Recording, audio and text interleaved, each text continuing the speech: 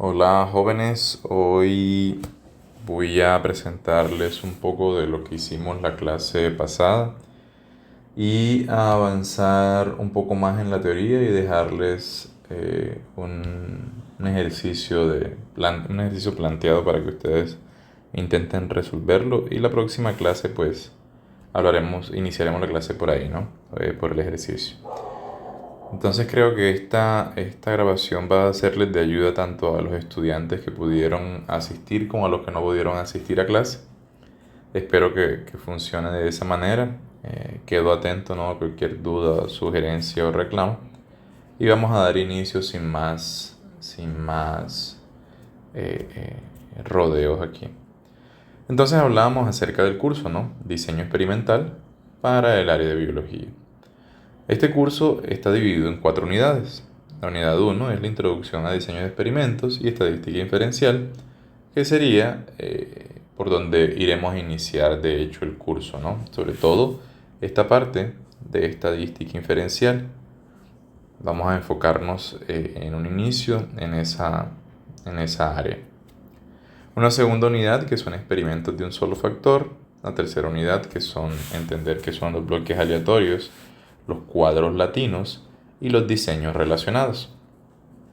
Y una cuarta y última unidad que es la introducción a diseños factoriales.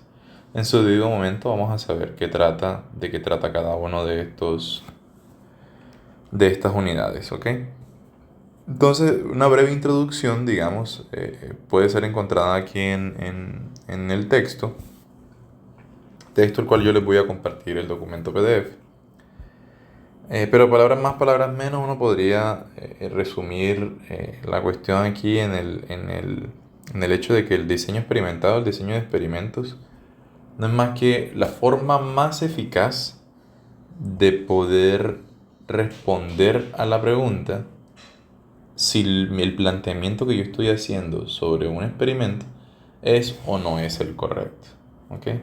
Entonces, evitar el prueba y error y simplemente hacer un diseño correcto, un diseño bien implementado que me ahorre gasto de energía, de dinero, de tiempo y en general gasto de recursos, ¿no? Que normalmente en la industria, en cuestiones de investigación, en laboratorio, pues es de suma relevancia, ¿no? Hay todo un presupuesto tanto de tiempo como de dinero y de energía humana para ser distribuido y tiene que ser bien utilizado. ¿Ok? Esa primera parte, o esa primera unidad, la que yo les hacía mención, ¿no?, que es introducción a diseño experimental y la parte de inferencia estadística, mm, puede estar dividida de la siguiente manera, ¿no? Esto es un mapa conceptual el cual está en el libro de la Vara. Por cierto, estoy pendiente de enviarles esa bibliografía. Yo se las enviaré el día viernes. Entonces, tenemos esta división, digamos. Tenemos que la inferencia estadística tiene o se refiere a población y muestra, trabaja con distribuciones de probabilidad, se encarga de hacer estimaciones puntuales y por intervalo, realiza pruebas de hipótesis. Dentro de esas pruebas de hipótesis trabajaremos hipótesis para dos medias.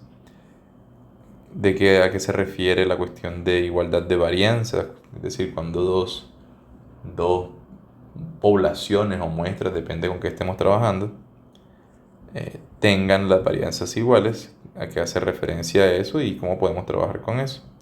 ¿Y qué es esto de poblaciones pareadas? ¿Ok? Entonces, grosso modo, ese es los tópicos que hacen parte de la inferencia estadística. En el curso nosotros iniciaremos, por aquí de hecho ya iniciamos, por prueba de hipótesis. Esta sería la primera parte a ser desarrollada. ¿Ok? Para después darle continuidad por las estimaciones, sea puntual o sea por intervalo. ¿Sí? Y ya después se le va a dar continuidad a todos los otros tópicos aquí mencionados. ¿Listo? Pero resulta de que entonces estamos dejando por fuera, entre comillas, ¿no?, estos tópicos de aquí, distribuciones de probabilidad y población y muestra. Entonces, la clase presencial que hicimos, hablamos acerca de eso, ¿no? Hacíamos un sondeo para ver cómo estaba el grupo con respecto al curso anterior a este curso, que si mal no recuerdo es bioestadística, y qué recordaban o si les habían hecho mención acerca de distribuciones de probabilidad, ¿no? Pues población y muestra es de las primeras cosas que se habla en ese curso de estadística. Entonces, la clase la iniciamos básicamente por ahí. Y palabras más, palabras menos, pues yo me apoyaba con este dibujo, diagrama, no sé, donde representaba una población, ¿cierto? De hecho, aquí el contexto de este ejercicio no está propuesto para biología, pero recuerdo que de alguna manera con la ayuda de los estudiantes eh, hablamos acerca de un contexto que fuera más cercano a todos. Pero vamos a hacerlo aquí, creo yo, sin contexto, ¿no? Entonces, esto es la población. Nosotros tenemos un montón de individuos dentro de esa población y tenemos unas medidas que son desconocidas, ¿no? La media, la varianza, la desviación estándar y otras más, ¿no? Como la moda, eh, la mediana, en fin, el coeficiente de variación, aquellas medidas estadísticas que muy seguramente ustedes ya han escuchado mencionar, sobre todo en el curso de bioestadística. Esas medidas poblacionales siempre son desconocidas. Al trabajar con una población, sea esa población, sea esa población conformada por los individuos que sea, los datos o las informaciones, las medidas poblacionales son desconocidas y reciben el nombre de parámetros. De esa población, la intención es tomar una muestra aleatoria y quedarnos trabajando con esa muestra. Esa parte de tomar la muestra la hace otra área de la estadística que suele llamarse como disciplina, como materia, suele llamarse de muestreo. Nosotros vamos a suponer en el curso que ese muestreo o esa escogencia aleatoria de individuos de la población para conformar una muestra está bien hecha, ¿no? Está correctamente realizada. Correctamente realizada buscando ¿qué? Buscando que dicha muestra sea representativa de la población que está siendo estudiada. Entonces, listo, tenemos esta muestra y resulta que esta muestra también tiene unas medidas, ¿cierto? También llámese media, llámese desviación estándar, ¿no? Los nombres, si ustedes notan, son los mismos que dimos acá, solo que la simbología es diferente, ¿no? La media aquí es esta letra griega y la media aquí es la X barrita. Estas medidas muestrales reciben el nombre de estadísticos. ¿Listo? Solo por cuestiones de notación y nomenclatura a la hora de referirnos a las cosas, ¿ok? Y esos estadísticos son conocidos. Es decir, de la muestra que yo tome, yo conozco las medidas de esa muestra. ¿Qué quiero ganar con eso? Yo quiero ganar, conseguir información, eso fue un poco redundante, quiero conseguir información de la población que estoy estudiando. Al tomar esa muestra representativa, yo consigo hacer inferencias, conclusiones acerca de la población que está siendo estudiada. Entonces, nuestro foco acá en el curso es justamente conseguir utilizar la inferencia estadística para, dado un experimento, al trabajar con una muestra, yo consiga realizar el experimento de la mejor manera y hacer una buena inferencia para obtener la mayor cantidad de información verídica o confiable de la población que está siendo estudiada. ¿Ok? Entonces, dos palabras clave: parámetros y estadística. Parámetros son las medidas poblacionales que son desconocidas y estadísticos son las medidas muestrales que son conocidas. Listo. Eso era lo que hacíamos mención al principio. Y hablábamos entonces después de distribución de probabilidad. Y nos quedamos un rato en eso y hablábamos, listo, una distribución de probabilidad no es más que una función, ¿no? De hecho aquí en el texto no estaba, yo les decía, uno tiene una función y esa función va del espacio muestral hasta los números reales. Es decir, toma elementos del espacio muestral, elementos de las posibilidades que yo tengo de mi experimento y me lo manda a un número. Y uno puede pues pensar en cualquier cantidad de experimentos, pero no recuerdo cuál hacíamos en clase, pero uno de los experimentos que podría ayudar aquí es pensar en lanzar una moneda, ¿no? La típica, lanzar una moneda hasta obtener cara. Entonces miren que el espacio muestral es, yo puedo obtener cara en el primer lanzamiento, o puedo obtener cara solo en el segundo lanzamiento, o yo puedo lanzar la moneda 3 veces, las 2 primeras veces obtener sello y solo obtener cara en el tercer lanzamiento, y así consecutivamente. Entonces el espacio muestral va a ser conformado por todas esas opciones. ¿Cuántas opciones tenemos? Tenemos infinitas opciones. Solo que yo consigo relacionar cada opción de esas con un número real. En este caso, yo podría relacionar este con que cayó cara en el primer lanzamiento, este con que cayó cara en el segundo lanzamiento, este con que cayó cara en el tercer lanzamiento y así consecutivamente. De hecho, yo consigo relacionarlo entonces con un subconjunto de los números reales, que son los números naturales. Esas variables aleatorias yo consigo observar, porque lo que tenemos hasta aquí no nos ayuda para calcular probabilidades, ¿no? Que al final uno piensa en estadística y podría pensar muy rápidamente en que en algún momento voy a calcular probabilidades. Para calcular las probabilidades de esa variable aleatoria, yo necesito otra herramienta que consiga tomar esa variable aleatoria y convertirla en algo que me deje calcular probabilidades. Eso se llama distribuciones de probabilidad. Entonces, obviamente hablamos grosso modo sobre esto, porque esto hace parte de otro curso. Y de hecho, para este curso lo que necesitamos son básicamente, para efectos teóricos, unas tablas, ¿no? Las tablas de la distribución normal, de la distribución t-student, de la distribución chi cuadrado y de una distribución llamada f. ¿Okay? Entonces, observación relevante es, yo voy a enviarles un libro donde al final encuentran las tablas, ¿ok? Pero es bueno que tengan impresas esas tablas, porque vamos a necesitarlas en el desarrollo de las clases y de las actividades. ¿Okay? Entonces acá nos vamos a concentrar con esa cuestión de distribuciones. A esas distribuciones le salen o sumas o integrales, en fin, un montón de operaciones de los cálculos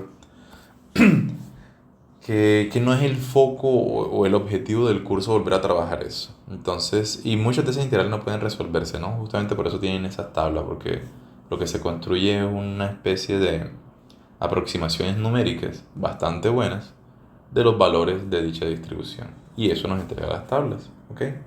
Entonces vamos a trabajar con esas tablas.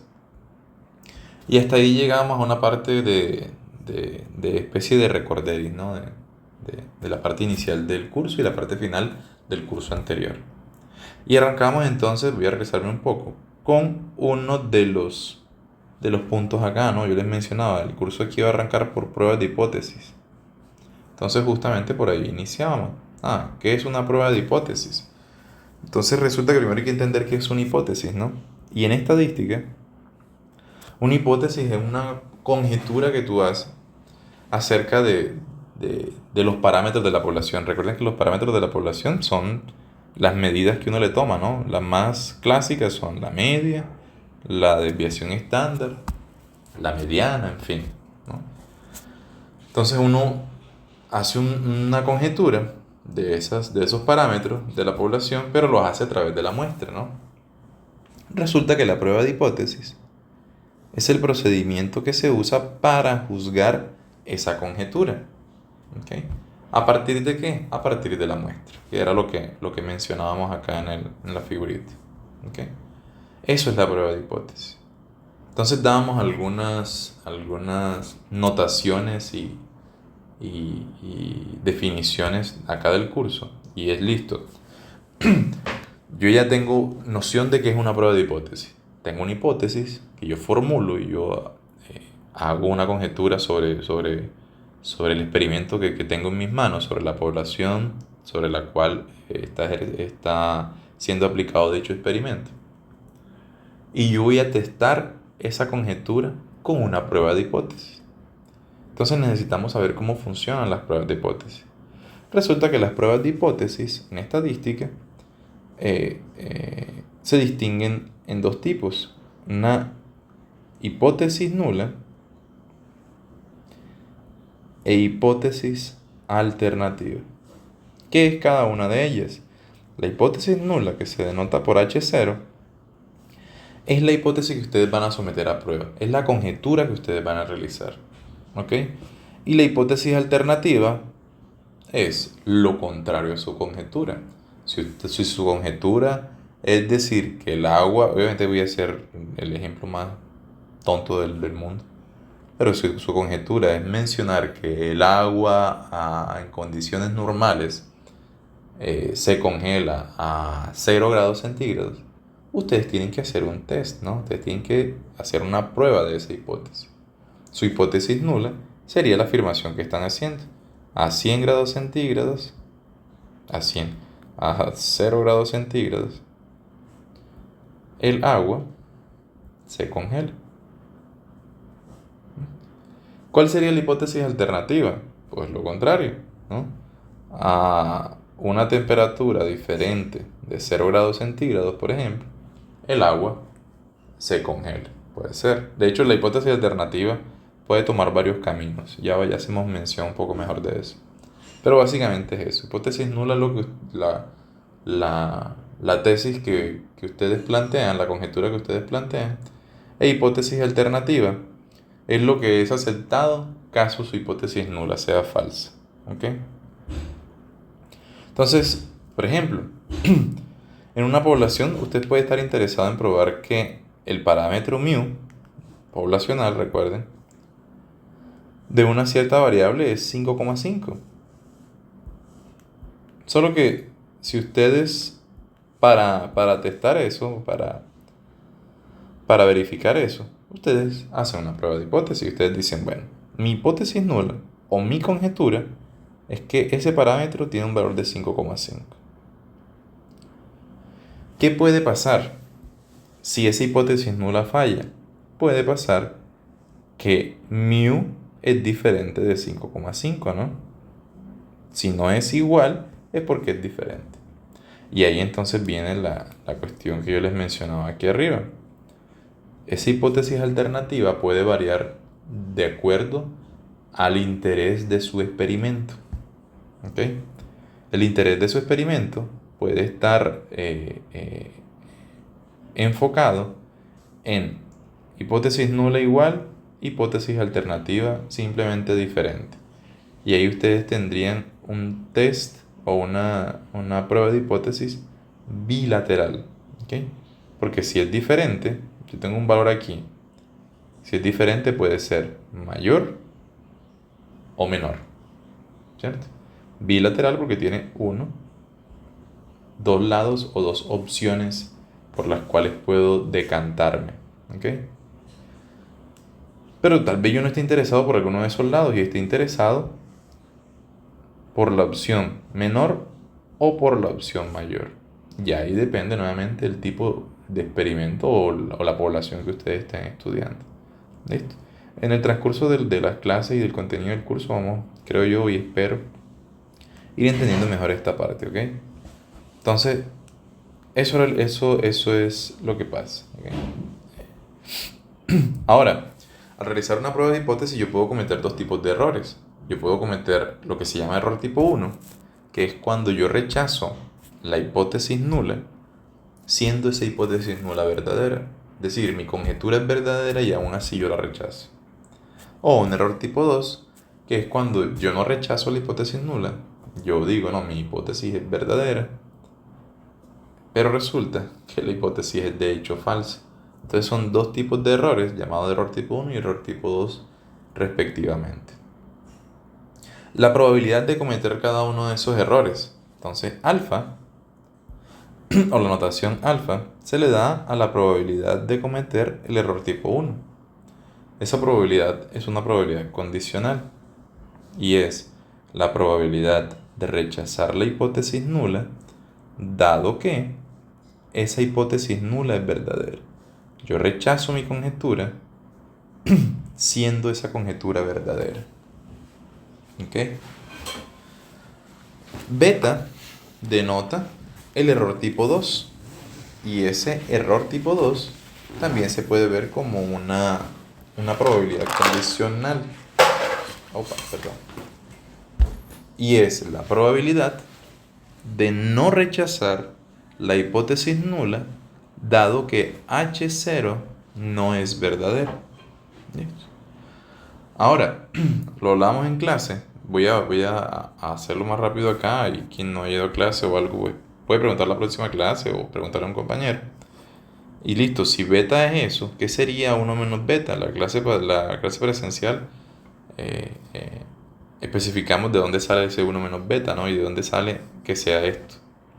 1 menos beta es la probabilidad de rechazar H0 dado que H1 es verdadero. ¿Listo?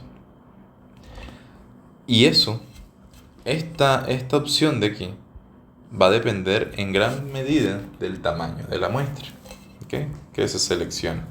Pero de nuevo, en muchísimos casos acá en el curso, nosotros no vamos a tener control de la muestra que fue tomada.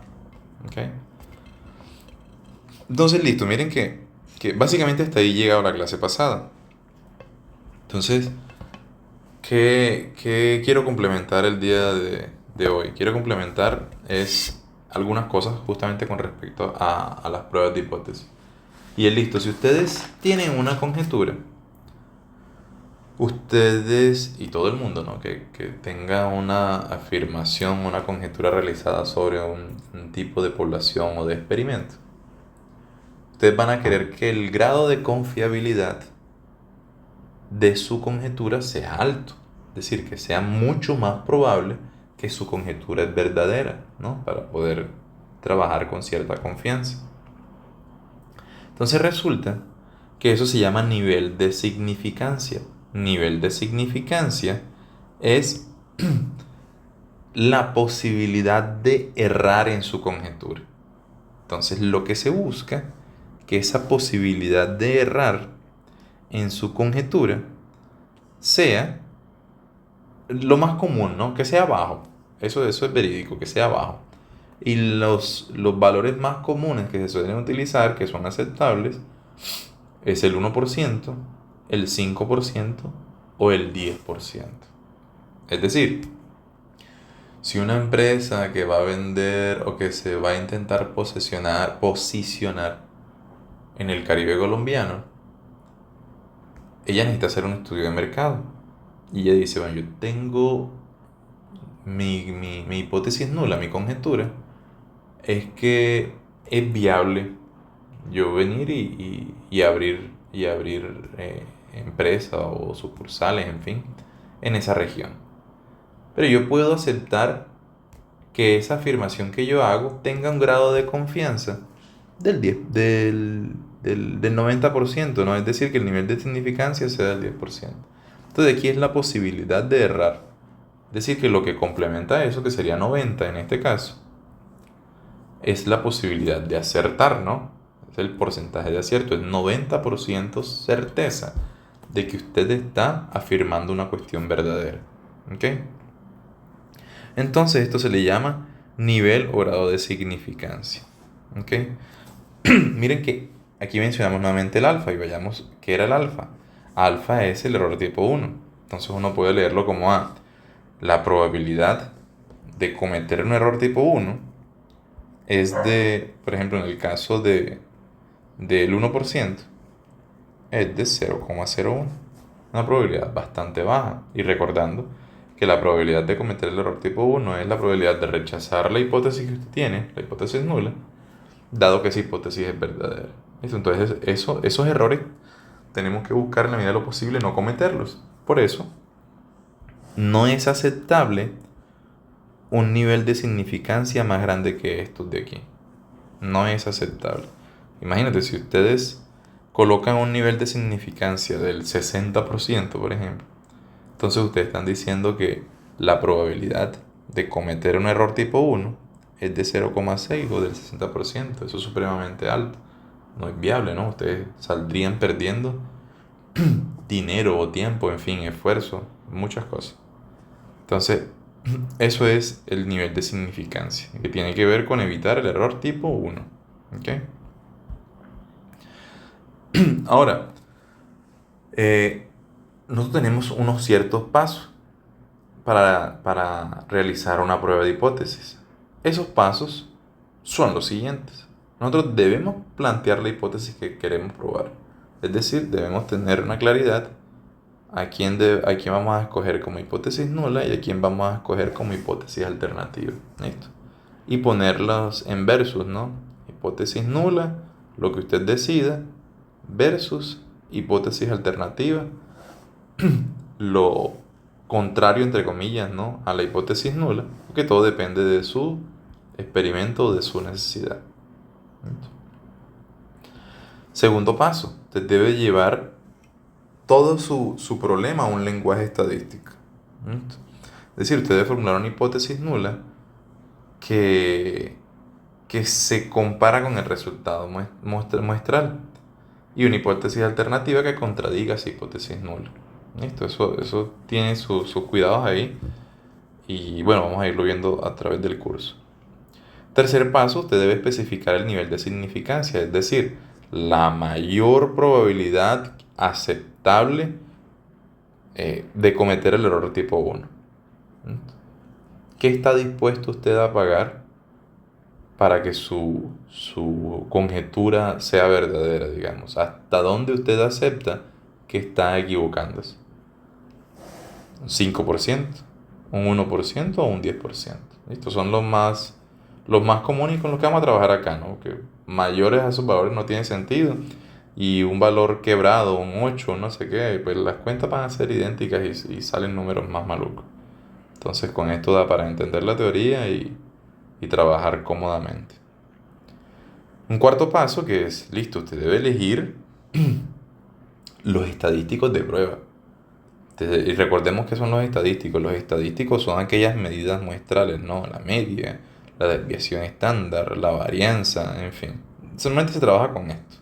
Las otras también suele haber pruebas de hipótesis para ellas, pero normalmente se trabaja con estas porque estos son las medidas muestrales numéricas, siempre. Entonces, se trabaja con eso. ¿Ok? Entonces usted debe elegir con qué estadístico debe realizar su prueba para obtener una información que desee de los parámetros de la población. ¿Listo? Quinto, usted debe establecer los puntos críticos de ese estadístico de prueba.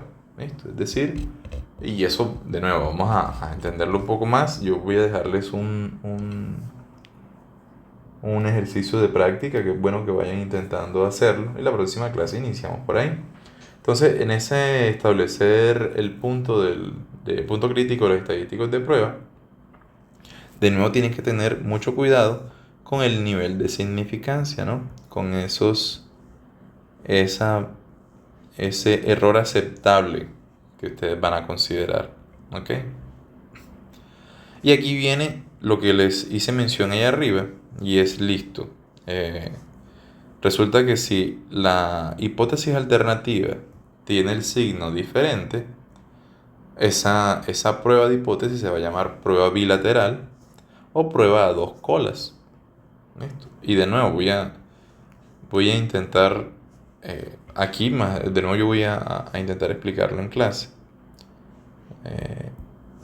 Y es que, piensen en el valor que tenemos acá arriba. ¿Dónde estaba? Este de acá.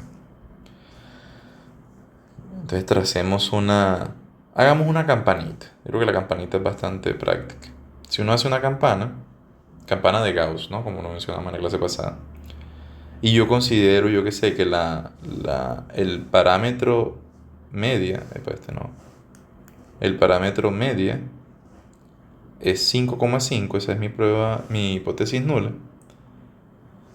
Pero y yo me decanto por este de acá, ¿cierto? Considerar la hipótesis alternativa que sea diferente de 5,5. Entonces resulta que si la hipótesis nula, que es que sea igual a 5,5, falla, yo estoy dejando espacio a la consideración, de que sea mayor o sea menor.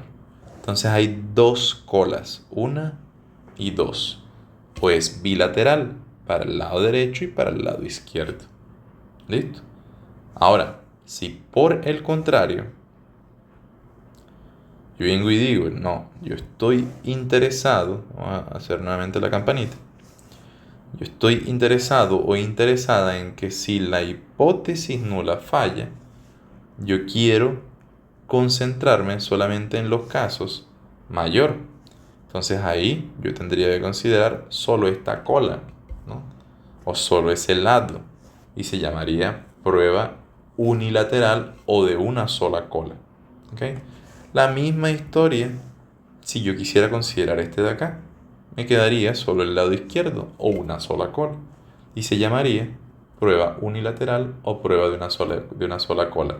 A izquierda o a derecha según sea el caso. ¿Ok? Entonces, eso es a lo que se referencia esto acá. A las prueba a dos colas o prueba bilateral. ¿Ok? Y prueba unilateral, de hecho el párrafo está describiendo lo que acabo de mencionar. Y por último, en esos pasos de la prueba de hipótesis, ¿no? Por último, yo tengo que tomar decisiones y obtener conclusiones. Mi hipótesis nula era falsa, era verdadera. Bueno, y en realidad uno no dice si es falsa o es verdadera. Recuerden que aquí todo es con cuestiones de probabilidad. Entonces yo tengo que decidir si rechazo o acepto mi hipótesis nula. Porque yo no voy a tener el 100% de certeza. Si quisiera tener el 100% de certeza, imagínate, yo tendría que exigirle al error tipo 1 que fuese cero. Y eso es extremadamente complicado. Creo que intuitivamente da para acompañar, ¿no? Piensen en cualquier experimento o cualquier tipo de trabajo experimental. Piensen en lo difícil que puede ser obtener un acierto del 100% todas las veces que yo realice ese experimento. Digo, no es imposible, porque cosas imposibles es difícil hacer mención de que sea algo imposible, pero es sumamente improbable. ¿Listo? Entonces siempre tengo que aceptar un margen de error, ¿ok? Entonces tengo que sacar conclusiones y tomar la decisión si acepto o no acepto la prueba de hipótesis, ¿ok? La hipótesis nula, perdón. Entonces, solo para finalizar, nosotros tenemos algunas pruebas de hipótesis bastante comunes y son con las que vamos a empezar a trabajar. Pruebas de hipótesis, por ejemplo, yo tengo como parámetros la media poblacional, ¿cierto? Pero tengo la varianza conocida. Dentro de mi experimento, yo desconozco la media poblacional, pero conozco la varianza. Yo voy a utilizar la distribución normal y el estadístico que voy a utilizar es este de acá. Ahora, si resulta que yo tengo tanto media como varianza desconocidas, yo tengo que utilizar la distribución test-student y el estadístico que voy a utilizar es este de acá. Y así consecutivamente para cada uno de estos dos siguientes casos. Utilizo la normal o la chi cuadrado respectivamente. ¿Ok? Entonces, pensando en eso, esta observación la hago después en clase. Yo les dejo aquí un ejemplo. Este ejemplo, pues, los pongo en contexto. ustedes van a realizar un experimento. Entonces ese experimento tiene una información previa de la cual ustedes deben iniciar para obtener las conclusiones una vez que ustedes realicen el experimento o la prueba de hipótesis. ¿Listo? Entonces esa información previa es que bajo ciertas condiciones ambientales normales, la longitud de una especie de pez que habita en cierta región de un río o de algún lugar tiene una media de 20 centímetros y una desviación estándar de 4 centímetros. ¿eh? Obviamente estoy parafraseando el texto. Existen diferentes factores ambientales, ¿no? Como, yo qué sé, la temperatura del agua, la contaminación del agua, en fin, diversas cosas.